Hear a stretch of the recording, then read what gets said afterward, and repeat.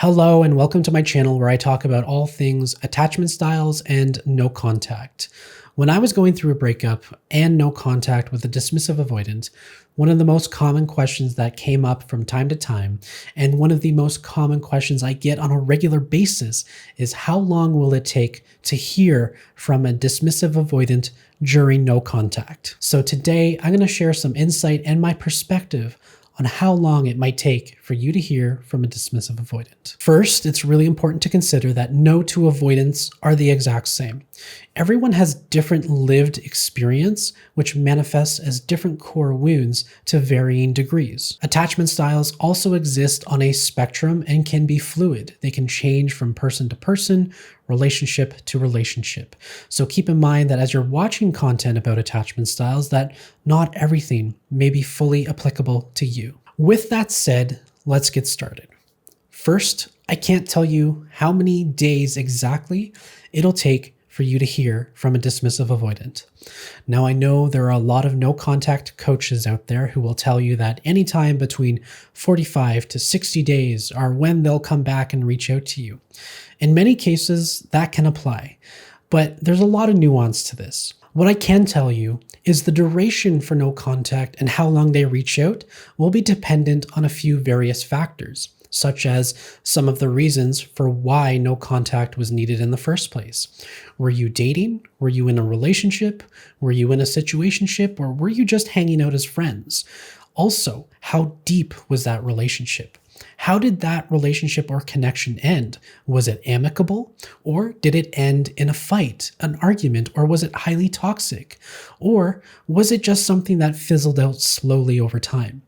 These are all factors that play a role into no contact and how soon someone might reach out. When it comes to dismissive avoidance in particular, one of the biggest factors into how long they will reach out is how good they are at soothing themselves through their coping strategies during no contact. During no contact, avoidants can experience a range of internal conflicts and emotional reactions to those conflicts. On one hand, the absence of contact may alleviate feelings and discomfort associated with emotional closeness, which provides temporary relief. On the other hand, prolonged absence of contact can evoke feelings of loss, loneliness, and longing, which can trigger desires for reconnection. The timing in which an avoidant reaches out during no contact is influenced by the interplay of their attachment-related anxieties, their coping mechanisms, and their relational motivations. Given that some avoidants thrive in independence, it may actually take them a little bit longer to reach out. Now, not every avoidant thrives when they're alone. Some actually feel anxiety even more, but for those that have really good coping strategies to soothe during their loneliness and independence, may actually take longer to reach out during no contact. This is simply because their coping strategies, or sometimes called creature comforts, can help them to relax and calm down whenever they feel stressed. Consequently, this also means it'll take more time for them to process their emotions and to understand whether or not their life is better with or without you in it. Conversely, those avoidants that don't have the best coping strategies may actually reach out to you sooner, simply because they're relying on other people to soothe them, and they may start to interpret that no contact is actually working against them and may actually ruin their chances at possibly reconnecting again in the future. The longer they go through no contact, the more they feel lonely, the more they feel unhappy, and the odds of them losing you forever become greater. Additionally, external factors like supportive friends and family, perhaps therapeutic intervention if they start to go into therapy during this time, and how well distracted they are with things like work and hobbies will all play a role in how soon they reach out to you. In many cases, if the relationship was highly toxic, highly abusive, and they felt deeply invalidated and rejected in that relationship, the chances of them reaching out anytime in the near future are going to be far less. However, if the relationship ended on amicable terms and it was just two people that grew apart from each other, you might find that this can go either way. They could reach out a lot sooner, but they may need a little bit of time before they reach out to you to understand what life is like without you in it. The thing about no contact with avoidance reaching out is they kind of need to feel what life is like without you in it. They kind of have to mourn you, and they have to understand and grieve that loss of you in their life before they feel motivated to want to reach out. Which is why it's often so important to stick to no contact as best as you can if you want this person to come back. If you're using no contact to try and get someone back, which I don't recommend ever, but some people do it. And if that's your motivation, it is most important to stick with no contact as much as possible. And when they do reach out to you, those are times when you can break no contact to have some interaction with them. Now, no contact is not a game. It's not a manipulation tactic, and it should not be used to try and win someone back. The purpose of no contact is to detach, move on, and process a breakup so that you can move forward with life in a much healthier way and have the space for two people to process and mourn a breakup. That is truly what no contact is designed for, because it's best to help people who have a hard time moving on from unhealthy, abusive, or traumatic relationships. Very often, you'll find that people who are in relationships with dismissive avoidance are often stuck in a cycle. They're in and out of these relationships over and over again, and no contact can be a great way for them to finally start moving on from a relationship that isn't helping them be happy in life. However, there are some times where both people, one of them being a dismissive avoidant, both agree to take no contact to really figure out if the relationship is meant to happen. I would say in these cases where no contact is an amicable decision, where both people agree to do no contact for a set amount of time, that they take at least 30 to 60 days.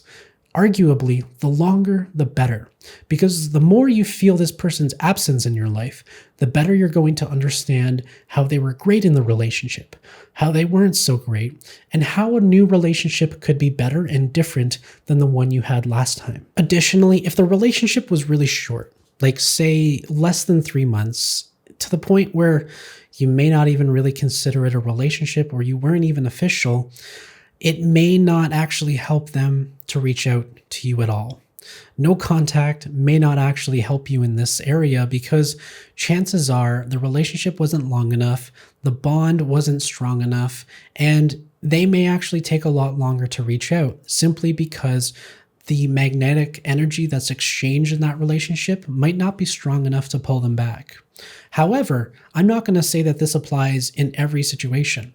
I have worked with people who have dated dismissive avoidance for less than 3 months, went no contact when they pulled away, only to find that after around 2 months or 60 days, that this person came back and wanted to have a committed relationship with them. So the opposite can also be true.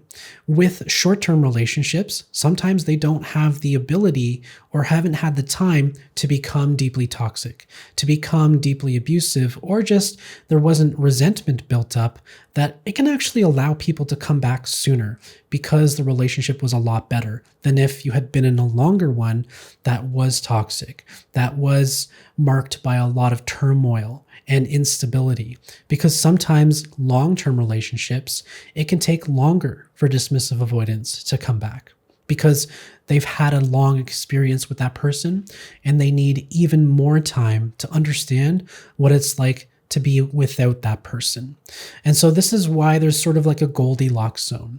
The relationship can't be too short, can't be too long, because there's a bit of a window as to how soon the dismissive avoidant will reach out. Now, this isn't a specific window, but what I've seen is for relationships that are 3 years, around that time, the dismissive avoidant will typically reach out anytime between 60 to 90 days. Now, that is not a firm number.